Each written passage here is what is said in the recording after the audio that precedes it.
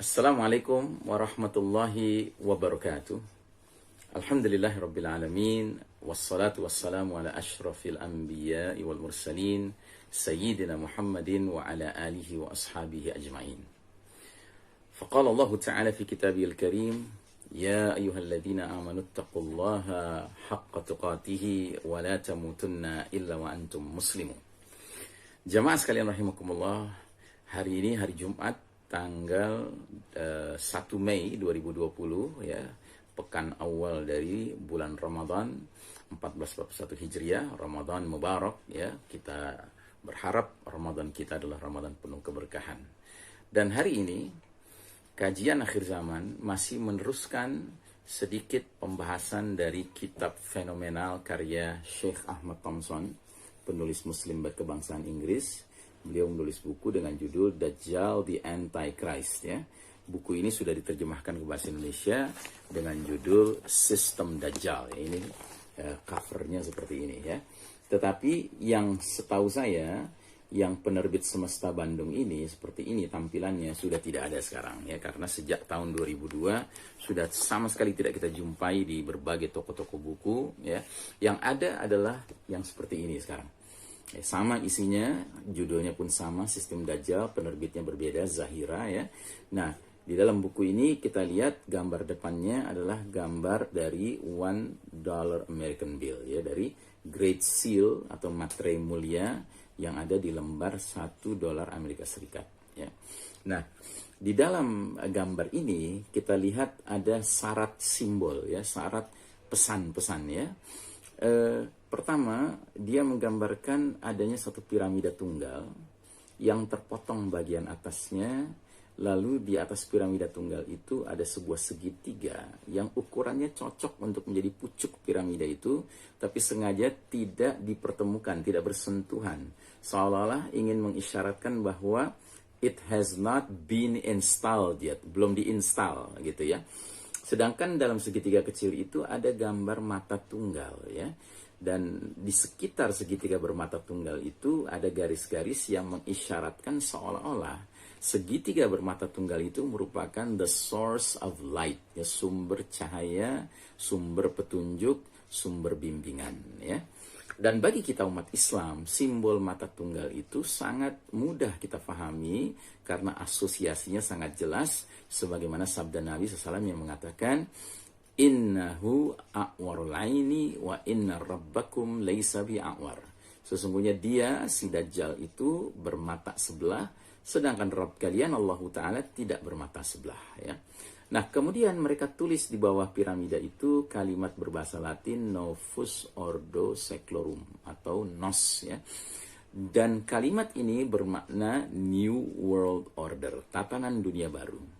Jadi mereka merancang sebuah sistem dunia, tatanan dunia baru, yang mana mereka berharap semua populasi planet bumi ini masuk ke dalam kotak ini ya, dan diseragamkan semua keinginannya, perasaannya, suka dan bencinya sedemikian rupa yang kemudian mengerucut kepada nilai-nilai yang bersumber dari si mata sebelah itu.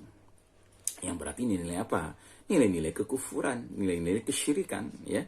Dan mereka tulis lagi di atasnya kalimat berbahasa Latin Annuit Quiptis. Apa artinya? Artinya he has favored our undertakings. Dia, si mata tunggal itu, si Dajjal itu telah merestui berbagai upaya-upaya kami atau berbagai ya aktivitas atau bakti kami ya, upaya-upaya ya, amal-amal kami begitu. Nah, apa yang mereka maksud dengan semoga dia merestui ya, menyenangi, menyukai semua kegiatan kami, amal kami ya, kegiatan atau aktivitas kami, yakni mereka membangun sebuah sistem dunia ya yang seluruh aspeknya, aspek kehidupannya diharapkan itu mendatangkan keridhaan Dajjal ya. Sedangkan Dajjal itu sendiri adalah a'zamul fitnah di dalam kacamata Islam. Dia merupakan fitnah yang paling dahsyat sepanjang zaman, ya. Yang mana kalau dia nanti muncul, dia akan menebar fitnah, kesesatan, kebatilan kepada seluruh manusia yang dia jumpai, dan dia bahkan akan mendeklar, mengaku, mengklaim dirinya sebagai Tuhan, sebagai Rabb, ya. Dia akan berkata dengan kalimat yang mirip dengan kalimatnya Firaun, ana rabbukum, akulah Rabb kalian, ya.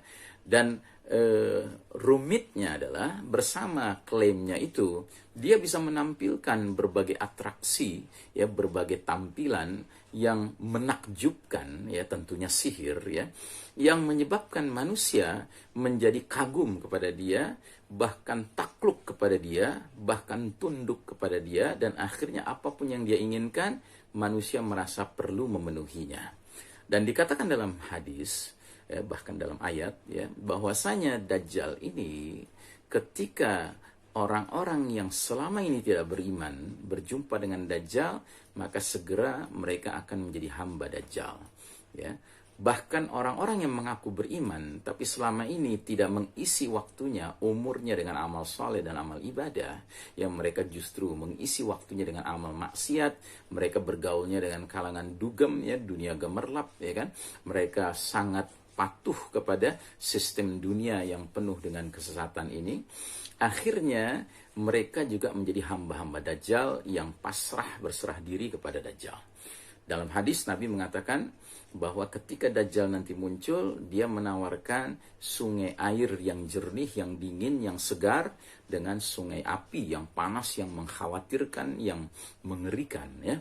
Dan kata Nabi SAW, bila tawaran itu muncul di hadapan kalian, wahai kaum beriman, pilihlah sungai apinya.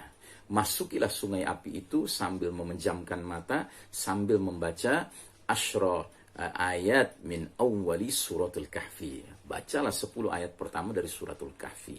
Niscaya engkau akan merasakan api itu sebagai air yang sejuk, yang segar, yang dingin, ya, yang menjernihkan. Sementara bagi mereka yang tertipu oleh Dajjal, mereka akan segera masuk ke dalam sungai air yang terkesan segar, terkesan sejuk itu. Pada hakikatnya mereka sedang menuju neraka Allah Subhanahu wa Ta'ala. Justru itu api yang sebenar-benarnya, bahkan api itu tidak saja hakiki tetapi abadi. Wa na'udzubillahi min dzalik. Karenanya saudaraku rahimakumullah, tatanan dunia sekarang, ya, digambarkan oleh Ahmad Thompson dalam kitabnya sebagai sebuah sistem Dajjal.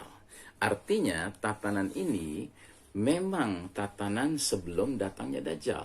Tetapi secara karakteristik tatanan ini memiliki karakter semacam Dajjal.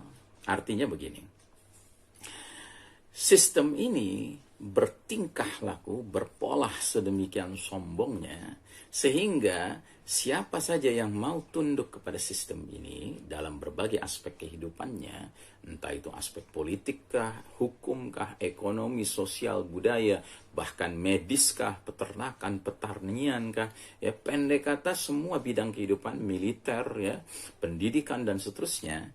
Kalau dia mau tunduk, ya kan, maka sistem ini menjamin adanya surga bagi mereka, surga dunia tentunya. Tetapi siapa saja yang tidak mau tunduk kepada tawaran-tawaran yang ditampilkan, yang diusulkan, yang diusung oleh aspek-aspek kehidupan sistem modern sekarang ini, maka mereka akan segera mendapat labeling, akan segera mendapatkan cap stempel, ya, dari pengusung sistem ini sebagai kalangan yang dianggap menentang, ya. Makanya lagunya, ya, sekalipun aransemennya mungkin sedikit berbeda, not baloknya sedikit berbeda, ya kan, judul lagunya sedikit berbeda, tapi esensinya sama. Maka siapapun yang menentang tatanan dunia baru ini, mereka akan segera mendapat cap radikal, radikalis, ya, fundamentalis, ya, ekstremis, bahkan teroris, ya. Dan ini bukan hal yang aneh dan asing bagi kita kaum muslimin dan mukminin. Karena apa? Karena jangankan kita yang punya banyak kelemahan dan dosa, sedangkan Nabi Muhammad SAW, uswatun hasanah kita, suri tauladan kita saja, ketika dulu hidup di bawah naungan sistem kafir syirik, kaum musyrikin Quraisy ya, maka ketika beliau mendakwahkan dakwah tauhid yang asli, yang murni, beliau pun mendapatkan labeling, stempel yang jelek ya. Dianggap majnun, orang gila, dianggap sahir ya, penyihir, dianggap pemecah belah umat, bangsa, dan seterusnya. Nah, jadi saudaraku rahimakumullah, saya akan kutip ya sebahagian kecil saja dari kitab Ahmad Thompson ini, di mana di halaman ke-9 versi penerbit Semesta ini, beliau mengatakan, apabila kita kaji sisi Dajjal sebagai gejala sosial budaya global, kita akan saksikan bahwa pengambil alihan sedang berjalan lancar. Nampaknya saat kemunculan si Dajjal sudah sangat dekat. Alasannya sederhana, karena sistem-sistem dan para pengurusnya, yaitu sistem kafir, yaitu sistem Dajjal, telah memperoleh kekuasaan yang cukup di seluruh dunia. Sehingga begitu si Dajjal dikenal dan diakui, maka Dajjal bisa langsung dinobatkan sebagai pemimpin yang dinanti-nanti. Dalam 100 tahun terakhir, telah terjadi perubahan-perubahan yang sangat luar biasa di muka bumi ini. Pengelompokan sosial yang biasa berlaku di seluruh dunia, yaitu masyarakat berpola pedesaan yang terbentuk dari keluarga-keluarga yang saling kenal dan saling membantu, baik di antara warganya maupun antar pedesaan, kini dengan pesatnya telah terkikis dan kehilangan sifatnya. Kini di kota-kota besar, setiap insan semakin terkucil dari jati dirinya, dari manusia di sekitarnya, dan dari pengenalan kepada Allah Subhanahu wa Ta'ala. Mereka sekedar menjadi sebuah roda gigi yang sibuk dalam proses produsen konsumen, yang bila mana tidak sedang bekerja atau tidur, mereka hampir selalu terjebak dalam pencapaian fata morgana, pemuasan diri yang kekanak-kanakan dan tidak ada habis-habisnya. Ini menjamin bahwa manusia tidak akan punya banyak waktu untuk merenung dan bercermin tentang dari mana dan akan kemana dia. Juga tidak ada waktu untuk mencoba membebaskan diri dari jeratan rutinitas kehidupan yang membelitnya. Ya, jadi istilahnya dalam tatanan dunia baru sistem Dajjal ini, manusia itu sudah masuk dalam perangkap rutinitas kesibukannya, sehingga dia kemudian sadar tidak sadar kehilangan jati dirinya, identitas dirinya, dan mulailah dia kehilangan ya perasaan perlu untuk melakukan introspeksi, muhasabah, murajaah tentang siapa sebenarnya dirinya dan apa mau kemana tujuan hidupnya ya. Nah, ini berbeda dengan nilai-nilai Islam, nilai-nilai iman dan tauhid yang memang membangun masyarakat bukan dengan maksud untuk sekedar pemuasan diri di dunia yang fana ini, tetapi memang sejak dari awal setiap muslim sudah ditanamkan dalam dirinya bahwa dia itu terlahir sebagai hamba Allah. Sudah ada di dalam fitrah yang paling mendasar dalam dirinya satu keyakinan ya, penanaman nilai oleh siapa? Oleh Allah sendiri, yang terjadi di alam arwah sebelum kita semuanya lahir ke dunia fana ini, di mana Allah Ta'ala bertanya kepada seluruh ruh Bani Adam, anak keturunan Adam, ya, alastu birabbikum, bukankah aku ini Rabb kalian? Maka semua manusia siapapun dia, semua menjawab bala syahidna, benarlah kami menjadi saksi ya. Nah, jadi saudaraku rahimakumullah, dengan modal fitrah mengakui Allah itulah Rabb, maka di dunia ini ya tergantung si manusia ini akan mendapatkan nilai-nilai apa. Ya, kalau dia mendapatkan nilai-nilai Islam, maka nilai-nilai Islam itu yang merupakan dinul fitrah, agama yang fitrah, ketemu dengan fitrah yang ada dalam dirinya, maka orang itu akan selamat kalau dia konsisten terus-menerus mengikuti nilai-nilai fitrah itu. Ya, tapi kalau dia terdidik atau dia sendiri memang memilih untuk mengambil nilai-nilai selain dinullah, din al-Islam, dinul fitrah, niscaya fitrahnya makin lama-kelamaan akan semakin rusak. Dan akhirnya dia akan melenceng dari siratal mustaqim. Dan inilah kehendak dari iblis serta bala tentaranya serta anak keturunannya.